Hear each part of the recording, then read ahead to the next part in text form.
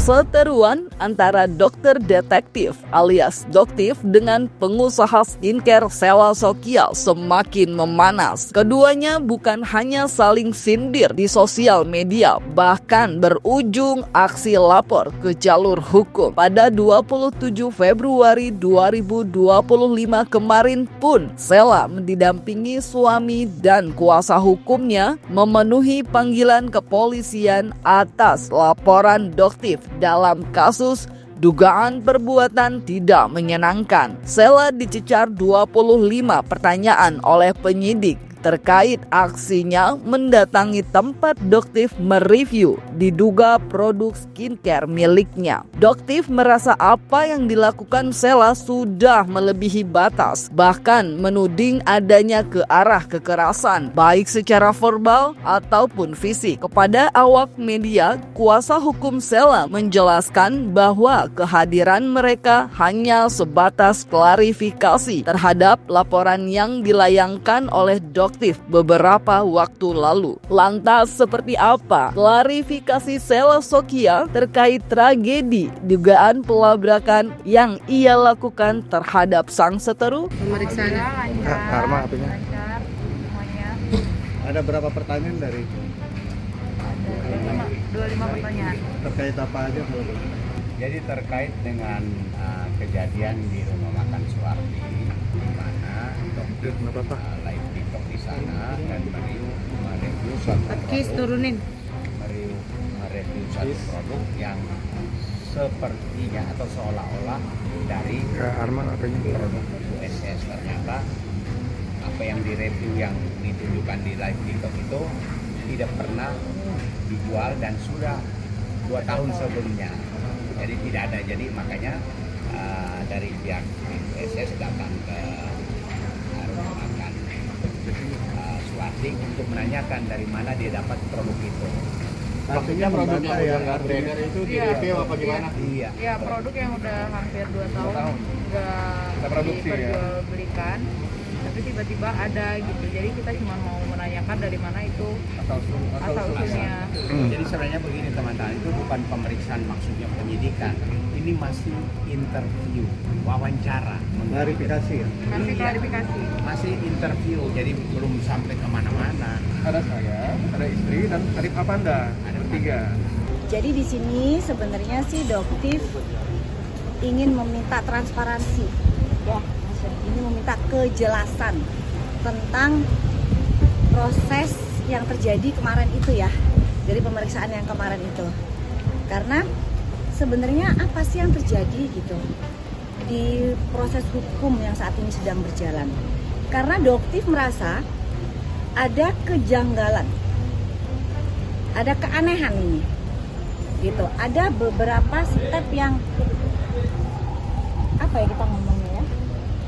Gampangannya terjadi, Doktif merasa ada kriminalisasi. Seperti diketahui, akar permasalahan bermula saat Doktif melakukan review terhadap produk milik Sheila di media sosialnya, merasa dipermalukan dan nama skincare-nya tercoreng karena dianggap masih menjual produk berbahaya. Sheila pun geram. Dia bahkan sempat melabrak Doktif saat sedang melakukan siaran langsung. Namun menurut pihak Sheila, kedatangan mereka bukanlah untuk melakukan persekusi, melainkan ingin mendapatkan kepastian dari mana Doktif mendapatkan barang yang seharusnya sudah tidak lagi diproduksi. Benarkah kuasa hukum Sheila pun yakin bahwa kasus tersebut tidak akan sampai ke tahap penyelidikan, apalagi penyidikan?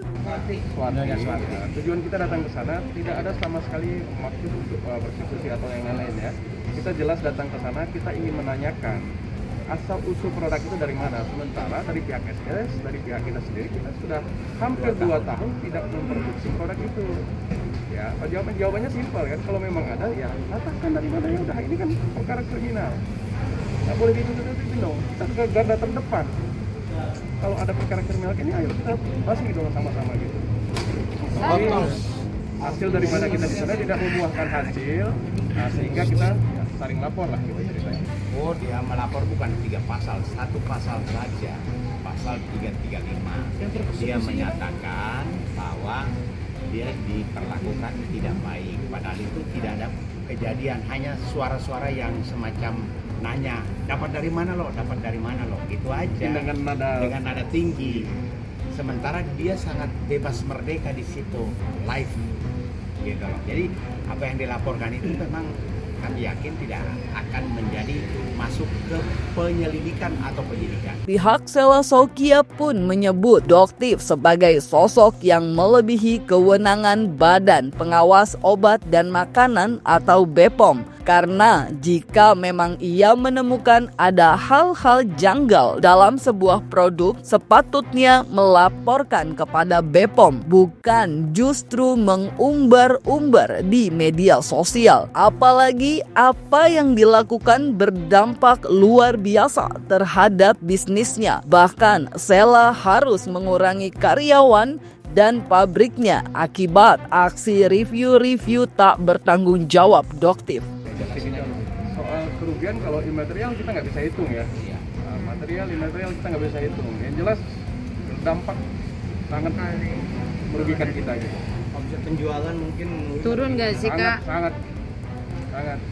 Sampai berapa persen mungkin turunnya? Ya lumayan lah, artinya nggak seperti dulu lah gitu ya. Artinya berdampak lah gitu pada usaha kita gitu. Kak, ini ada pengurangan dari karyawan kan nanti? Gimana? Dampaknya ini Ada dampaknya nggak sih Bang? Ada. Kita sampai pengurangan karyawan loh. berapa? Ya, Berapa ada orang? banyak. dari tim produksinya atau Tim pengerja Atau dari dari- produksi pabrik juga ya berdampak banget deh. Dari produksi pabrik kita berdampak, dari karyawan kita juga sangat terdampak. Dan ini bukan hanya di kita aja, banyak juga di orang lain, Dari perusahaan lain juga. di perusahaan lain juga. dia bukan konsumen dari produk itu. Iya. Dia tidak punya kapasitas menyatakan sebagai konsumen. Kedua, dia tidak punya legal standing untuk melakukan review. Dia tidak sebagai apa-apa. Yang punya wewenang kan BPOM. Jadi dia itu mengapa melakukan itu? Karena dia juga jualan. Itu masalahnya. Kita membedakan dia lebih bertanggung jawab aja sih dengan ucapannya gitu. Kan kita kan ketika kita berucap kita harus berani bertanggung jawab lah, itu benar apa enggak. Jadi jangan sampai kasus ini dimanfaatkan oleh para owner skincare nakal untuk mengambil keuntungan sebanyak-banyaknya, atau mungkin dari aparatur negara ya, yang mungkin ada oknum-oknum tertentu yang ingin memanfaatkan situasi ini gitu. Jadi mohon untuk Pak Listio untuk juga bisa ikut mengawal kasus ini, jadi agar kejanggalan-kejanggalan ini bisa ditelusuri, ada apa sebenarnya, karena dokter melihat bahwa ada ketidakberpihakan aparatur negara ke masyarakat ya. Jadi jangan sampai, ini adalah momen yang luar biasa sebenarnya untuk bersih-bersih. Sampai kapan sih para owner skincare nakal atau para mafia skincare yang saat ini cukup berkembang di masyarakat bisa berkuasa di negara kita? Ini sebenarnya hukum ini miliknya siapa sih? Miliknya para mafia skincare atau milik negara Republik Indonesia?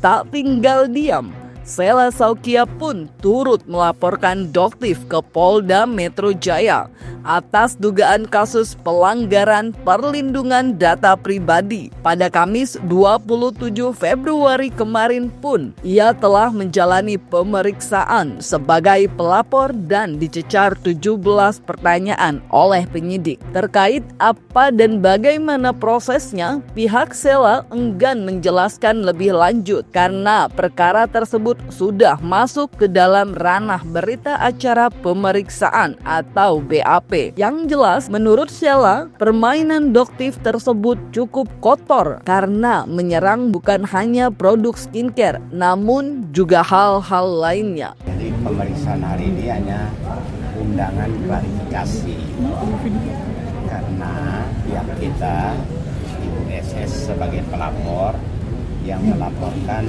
Doktif dalam pasal 67 Undang-Undang IT, yaitu penggunaan data pribadi. Intinya seperti itu. Soal materinya memang sudah dituangkan dalam BAP dan itu ada di penyidik. Kami tidak bisa jelaskan.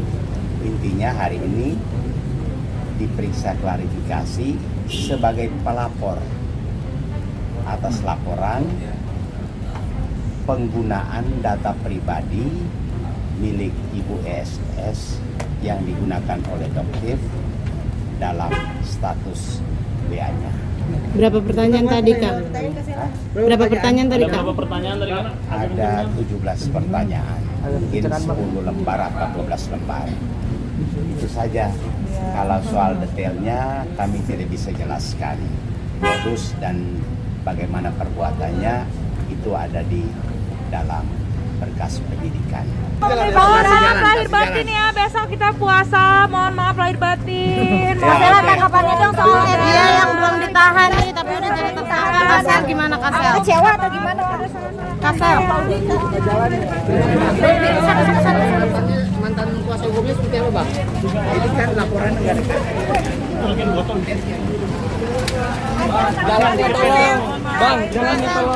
Jangan marah-marah, Bang. Santai. Iya, oke. Santai, Bang. Iya, santai. Iya, Bang, jangan kayak gitu, Bang. Ngomong gua marah ya. Dia manjang. Mau lu, media manjangin. Udah Bang. Yes, santai. Nggak ingat asisten Nata. Makasih ya. Mungkin dia sendiri yang marah-marah. Kamnek di sini juga, ya di Kamnek unit 1. Ya, itu saja. Jadi hari ini memang hanya sebagai pelapor, ya dalam pasal 67 Undang-Undang IT. Itulah, jadi Doktif pengen sebenarnya kasus ini dikawal oleh masyarakat yang emang menginginkan keadilan, bukan penggiringan opini. Kan sekarang yang menang itu di masyarakat penggiringan opini luar biasa gitu, sampai akhirnya yang selebgram apalah, ngomong apalah, ini apalah gitu. Jadi sekarang Doktif berpikir setelah tadi diskusi, udah deh kayaknya nggak usah dipedulin, yang penting kalau misalnya emang sudah arahnya ke fitnah, kita laporkan saja supaya berhenti gitu, karena ya harus ada efek jerak dong gitu. Yang fitnah ini kan mungkin mereka berpikir nggak dapat apa-apa ya, atau mungkin Doktif nggak berani melaporkan. Ya lebih baik Doktif laporkan agar terbuka semuanya.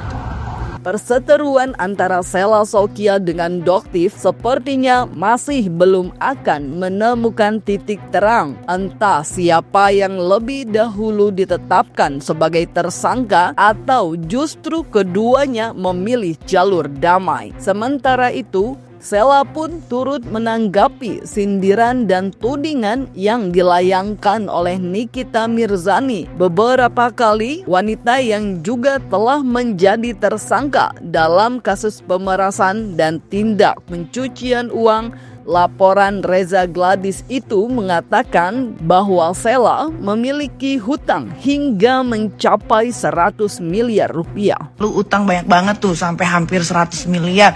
Buset! Lu jangan suka flexing, bener kata Doktif.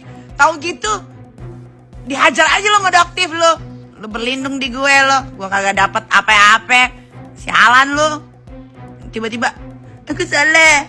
Aku serahkan semua pada Allah Subhanahu Wa Taala. Alah, capek banget ah. Kak Shell mau ambiarin mau live tanggal 16-17 untuk bayar utang. Emang utang harus dibayar, tapi bukan orang yang bayarin utang lu. Lu kan gak bayar-bayar karena untuk flexing, untuk memenuhi hasrat birahi keflexingan lu keliling dunia bawa-bawa dayang-dayang lu. Allahu Akbar, Allahu Akbar. Ya, jadi temanya adalah tema live tanggal 17 nanti, ya kan? Tema Kasel, bantuin Kasel membayar hutang. Ya, tolong kalian bantu dulu Kasel kalian ini bayar hutang. Ya Allah, ya Rabbi ya Tuhanku.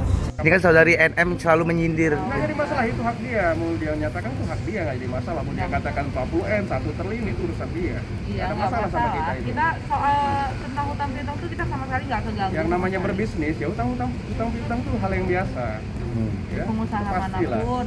Nah, nggak apa-apa. Biarin Pokoknya aja. hujatan itu anggap jadi doa lah. Itu doa semua tuh. Doa semuanya. Pokoknya hutang ini, hutang itu.